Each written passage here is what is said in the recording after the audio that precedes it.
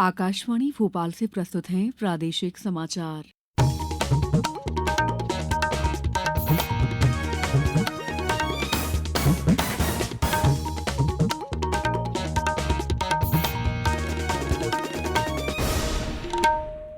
नमस्कार, समाचारों के साथ मैं दीपा सिंह।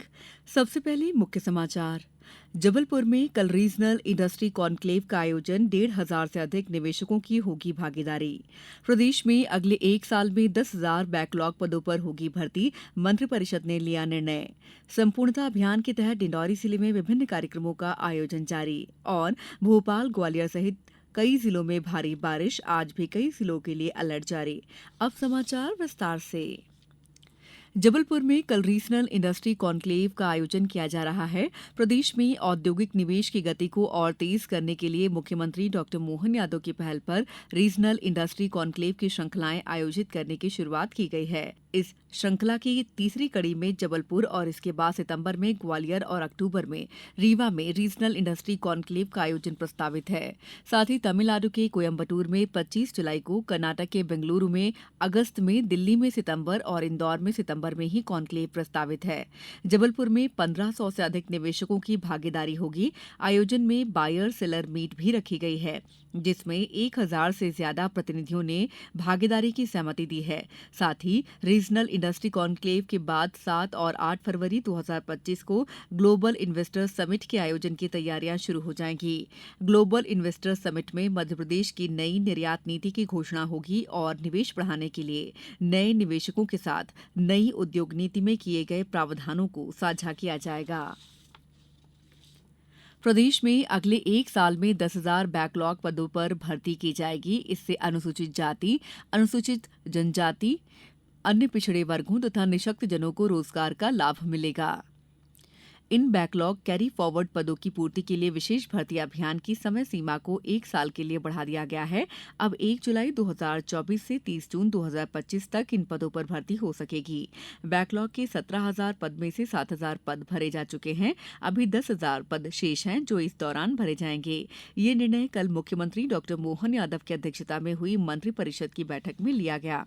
इसके साथ ही शासकीय सेवकों और पेंशनर्स को 7वें वेतनमान में देय महंगाई भत्ता राहत की दर में 1 जुलाई 2023 से 4% की वृद्धि की जाकर 46% करने और राज्य सरकार के 6वें वेतनमान में कार्यरत शासकीय सेवकों तथा राज्य शासन के उपक्रमों, निगमों, मंडलों और अनुदान प्राप्त संस्थाओं के राज्य सरकार में प्रतिनियुक्त पर कार्यरत चौथे और 5वें वेतनमान में आनुपातिक आधार पर महंगाई भत्ते में वृद्धि करने का निर्णय लिया गया।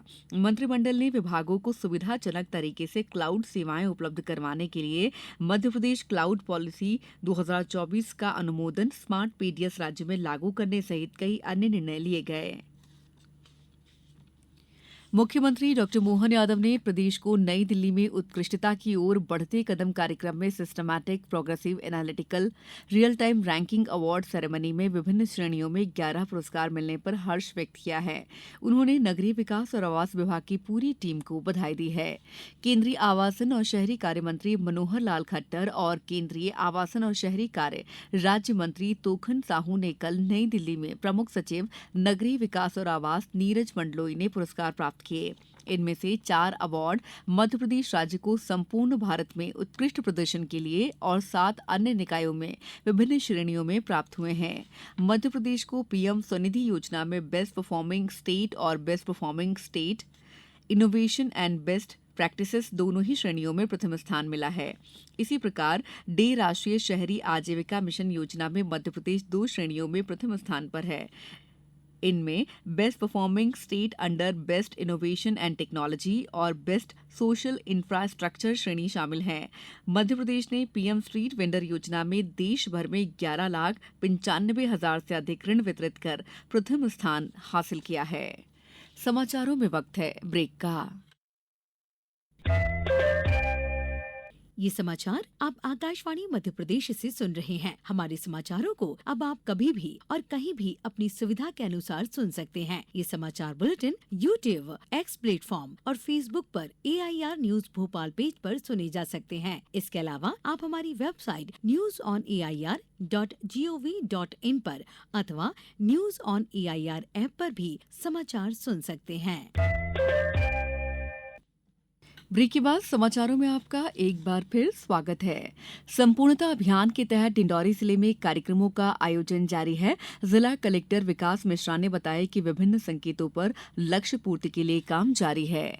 नीति आयोग के निर्देशानुसार संपूर्णता अभियान में हमारे डिंडौरी जिले के 3 ब्लॉक शामिल हैं। डिंडौरी जिले में हमारे मेहनवानी, करंजिया और समनापुर बजाग हैं और हमने इन तीनों ब्लॉक्स के लिए संपूर्णता अभियान के तहत विस्तृत कार्य योजना बना रखी है।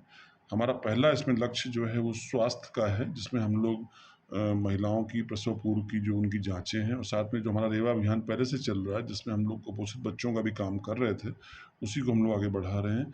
नीति आयोग से अभी हमारे एक ऑब्जर्वर भी आए थे कटारिया, तो उन्होंने भी काफ़ी प्रशंसा की है। और इसके अलावा हम लोग चाहते हैं कि जो हमारे किसान हैं उनको मृदा परीक्षण, बीजों का वितरण भी इसी कार्यक्रम के दौरान करा रहे हैं। और जो कोदो कुटकी का जो भी हमारे ज़िले को अभी तक लाभ मिला है भारत सरकार से या MP गवर्नमेंट से, हम उसको एक अंतिम रूप देना चाहते हैं।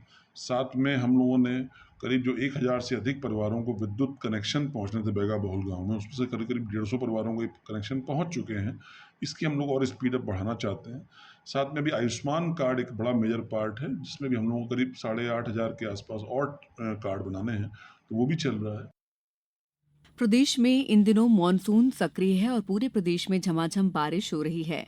कल राजधानी भोपाल समेत कई जिलों में तेज बारिश का दौर रहा। इस दौरान मुरैना में उफनते झरने में 3 युवक फंस गए, जिन्हें रेस्क्यू टीम ने बाहर निकाला। वहीं प्रदेश में अलग अलग जगह आकाशीय बिजली गिरने की घटनाओं में 8 लोगों की मौत हो गई, जबकि 15 से ज्यादा झुलस गए। कल भोपाल में तो 1 घंटे में 1.5 इंच पानी गिरा, जिससे निचली बस्तियों, सड़कों और कॉलोनियों में पानी भर गया। ग्वालियर में रिकॉर्ड 3 इंच बारिश दर्ज की गई। इसके अलावा रायसेन, छिंदवाड़ा, रीवा, सागर, मंडला और बालाघाट जिले के मलाजखंड में भी तेज बारिश हुई। मौसम विभाग ने नीमच, सीहोर, रायसेन, अशोकनगर, ग्वालियर, शिवपुरी, दतिया, निवाड़ी, टीकमगढ़, छतरपुर और पन्ना में भारी बारिश का अलर्ट जारी किया है। यहां गरज चमक के साथ बिजली भी गिर सकती है। प्रदेश में सभी शासकीय और अशासकीय महाविद्यालयों और विश्वविद्यालयों में 2 दिवसीय गुरु पूर्णिमा उत्सव 21 और 22 जुलाई को मनाया जाएगा। इस संबंध में उच्च शिक्षा विभाग ने विस्तृत निर्देश जारी किए हैं। विशेष कर्तव्यस्थ अधिकारी डॉक्टर अनिल राजपूत ने बताया कि 2 दिवसीय गुरु पूर्णिमा उत्सव में विविध सांस्कृतिक गतिविधियां होंगी।